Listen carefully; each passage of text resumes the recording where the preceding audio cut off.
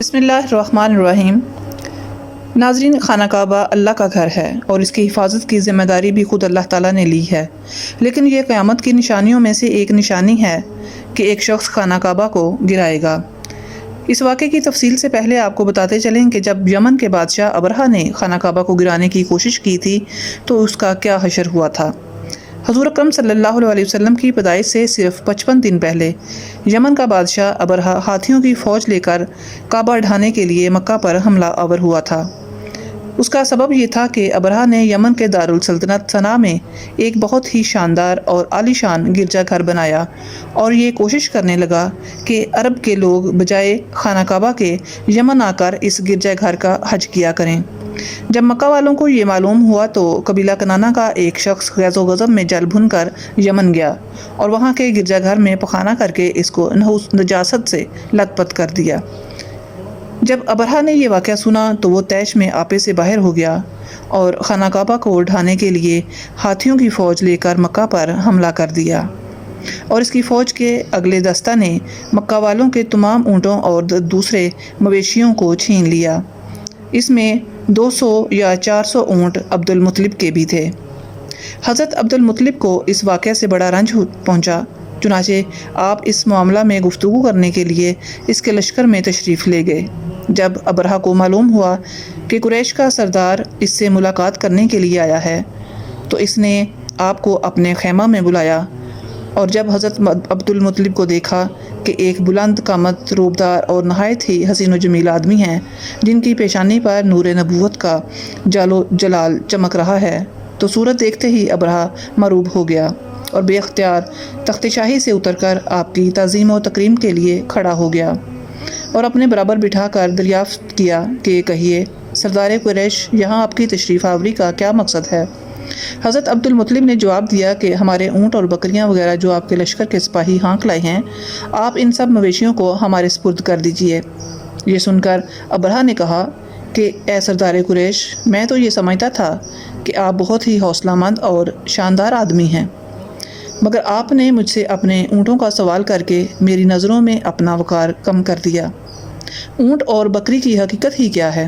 میں تو آپ کے کعبہ کو توڑ پھوڑ کر برباد کرنے کے لیے آیا ہوں، آپ نے اس کے بارے میں کوئی گفتگو نہیں کی۔ حضرت عبد المطلب نے کہا کہ مجھے تو اپنے اونٹوں سے مطلب ہے، کعبہ میرا گھر نہیں بلکہ وہ اللہ کا گھر ہے، وہ خود اپنے گھر کو بچا لے گا، مجھے کعبہ کی ذرا بھی فکر نہیں ہے۔ یہ سن کر ابرہہ اپنے فرعونی لہجہ میں کہنے لگا کہ اے سردار مکہ، سن لیجئے، میں کعبہ کو ڈھا کر اس کی اینٹ سے اینٹ بجا دوں گا اور روئے زمین سے اس کا نام و نشان مٹا دوں گا، کیونکہ مکہ والوں نے میرے گرجا گھر کی بڑی بے حرمتی کی ہے، اس لیے میں اس کا انتقام لینے کے لیے کعبہ کو مسمار کر دینا ضروری سمجھتا ہوں۔ حضرت عبد المطلب نے فرمایا کہ پھر آپ جانیں اور خدا جانیں، میں آپ سے سفارش کرنے والا کون ہوں؟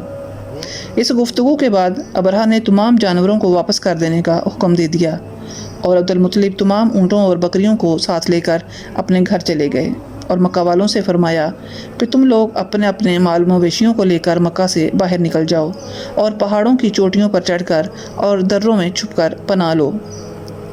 مکہ والوں سے یہ کہہ کر پھر خود اپنے خاندان کے چند آدمیوں کو ساتھ لے کر خانہ کعبہ میں گئے اور دروازے کا حلقہ پکڑ کر انتہائی بے قراری اور گریہ زاری کے ساتھ دربار میں اس طرح دعا مانگنے لگے کہ اے اللہ، بے شک ہر شخص اپنے اپنے گھر کی حفاظت کرتا ہے، لہٰذا تو بھی اپنے گھر کی حفاظت فرما اور صلیب والوں اور صلیب کے پجاریوں یعنی عیسائیوں کے مقابلے میں اپنے اطاعت شاروں کی مدد فرما۔ حضرت عبد المطلب نے یہ دعا مانگی اور اپنے خاندان والوں کو ساتھ لے کر پہاڑ کی چوٹی پر چڑھ گئے اور خدا کی قدرت کا جلوہ دیکھنے لگے۔ ابرہہ جب صبح کو کعبہ ڈھانے کے لیے اپنے لشکر جرار اور ہاتھیوں کی قطار کے ساتھ آگے بڑھا اور مقام مخمس میں پہنچا تو خود اس کا ہاتھی، جس کا نام محمود تھا، ایک دم بیٹھ گیا، ہر چند مارا اور بار بار للکارا مگر ہاتھی نہیں اٹھا۔ اسی حال میں قہر الہی ابابیلوں کی شکل میں نمودار ہوا اور ننھے ننھے پرندے جھنڈ کے جھنڈ جن کی چونچ اور پنجوں میں 3 کنکریاں تھیں، سمندر کی جانب سے حرم کعبہ کی طرف آنے لگے۔ ابابیلوں کے ان لشکروں نے ابرہہ کی فوج پر اس زور و شور سے سنگباری شروع کر دی کہ ان کی آن میں ابرہہ کے لشکر اور اس کے ہاتھیوں کے پرخچے اڑ گئے۔ ابابیلوں کی سنگباری خداوند قہار و جبار کے قہر و غضب کی ایسی مار تھی کہ جب کوئی کنکری کسی فیل سوار کے سر پر پڑتی تھی تو وہ اس آدمی کے بدن کو چھیدتی ہوئی ہاتھی کے بدن سے پار ہو جاتی تھی۔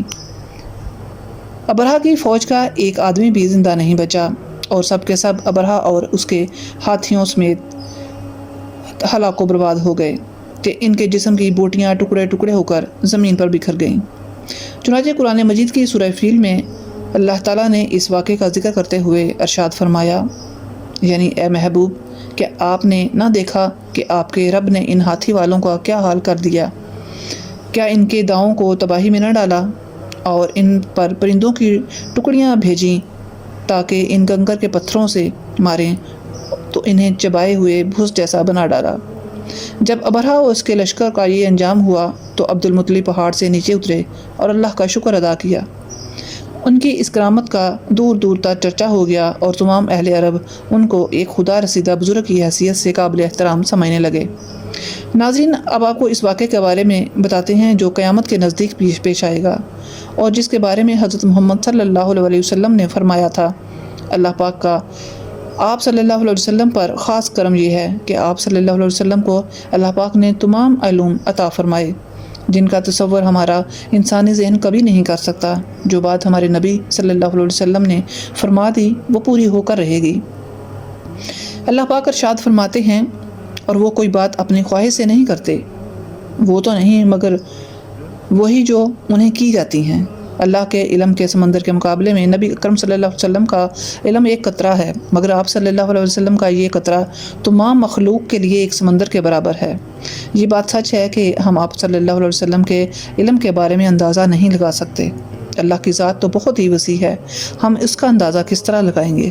آپ صلی اللہ علیہ وسلم نے اپنے سے پہلے گزرے ہوئے انبیاء کرام اور ان کی امتوں کے ساتھ ساتھ آنے والے وقتوں کے بارے میں بھی اپنی امت کو آگاہ کر دیا۔ محدثین اور مفسرین کا کہنا ہے کہ جب قیامت قریب آنے والی ہوگی تو خانہ کعبہ کو گرائے جانے کا واقعہ پیش آئے گا۔ جن لوگوں کو اس کے بارے میں علم ہے ان کو اس بارے میں حدیث مبارکہ کی روشنی میں بتاتے ہیں کہ خانہ کعبہ اللہ پاک کی نشانیوں میں سے ایک عظیم الشان نشانی ہے۔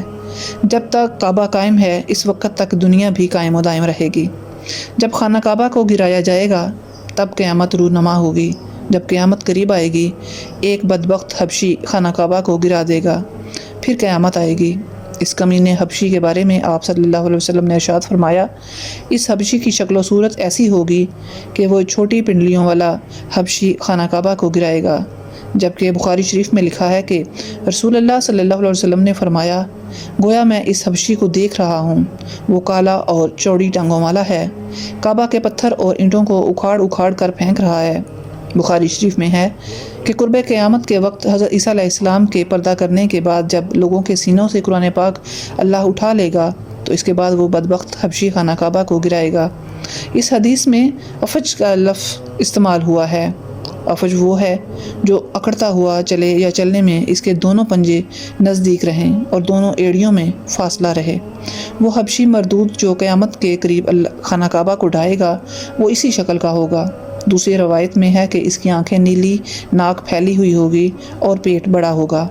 اس کے ساتھ اور لوگ ہوں گے، وہ کعبہ کا ایک ایک پتھر اکھاڑ ڈالیں گے اور سمندر میں لے جا کر پھینک دیں گے۔ یہ قیامت کے بالکل نزدیک ہوگا۔ یہاں یہ بات بھی ذہن نشین رہے کہ ان قیامت کی نشانیوں سے متعلق روایات میں چند ایک معاملات، شخصیات کو چھوڑ کر ان کا ظاہر ہونے کا وقت، حالات و شخصیات و اقوام عالم کا معاملہ کافی نامعلوم ہے اور واضح نہیں ہے کہ اس پر کوئی حتمی رائے دی جا سکے کہ کون کب کیسے خروج کرے گا۔ آج کل کے سیاسی تناظر میں لوگ اکثر علماء کرام یہ بھی سمجھ رہے ہیں کہ بس قیامت صرف چند سالوں یا دہائیوں میں آنے والی ہے۔ کعبہ اور مسجد نبوی کو حبشی جنگجو تباہ کریں گے اور یہ خود زمین میں دھنس جائیں گے۔ آئندہ چند سالوں میں امام مہدی اور حضرت عیسیٰ علیہ السلام کا نزول ہو جائے گا۔ برمودا ٹرائنگل سے دجال نمونار ہوگا اور فتنہ پھیلائے گا۔ یہودیوں، عیسائیوں اور مسلمانوں کی آپس میں جنگ ہوگی جو بس چند دن کی دوری پر ہے۔ حقیقت یہ ہے کہ یہ سب قیاس آرائیاں ہیں جو سادہ لوگ عوام الناس کو محظوظ کرنے اور عمل و جہاد سے دور کرنے کے لیے کی جاتی ہیں۔ اگر گہری نگاہ سے دیکھا جائے تو بڑے بڑے فتنے تو کئی صدیاں پہلے ہی سے رونما ہونے شروع ہو گئے تھے۔ کتنے ہی لوگوں نے مہدی ہونے کا ڈرامہ رچایا، کتنی ہی دفعہ مسلمان اور یہود و نصارہ میں بڑی جنگیں ہوئیں، کتنی مرتبہ قبلہ اول فتح ہوا، کتنی مرتبہ قبلہ اول پر یہودیوں کا قبضہ رہا، کتنی مرتبہ دجال نما انسان پیدا ہوئے، لیکن ان کا ذکر قرب قیامت کے سلسلے میں نہیں ہوتا۔ صرف 20ویں اور 21ویں صدی کے سیاسی معاملات و واقعات کو ہی قرب قیامت سمجھ لیا جانے لگا ہے، جبکہ نبی کریم صلی اللہ علیہ وسلم کے ایک فرمان کے مطابق آپ کی وفات کے بعد کا سارا زمانہ قرب قیامت ہی ہے، چاہے کتنی صدیاں بیت جائیں۔ لہٰذا علماء کو چاہیے کہ آج کل سے سیاسی پروپیگنڈے سے متاثر ہو کر ان عوام الناس کو محظوظ کرنے کی بجائے ان کو نیک اعمال و جہاد فی سبیل اللہ کی ترغیب دیں۔ اللہ تعالیٰ سے دعا ہے کہ اللہ ہمیں نیک کام کرنے کی توفیق دے اور برائیوں سے دور رہنے کی ہمیں ہمت و توفیق عطا فرمائے۔ آمین۔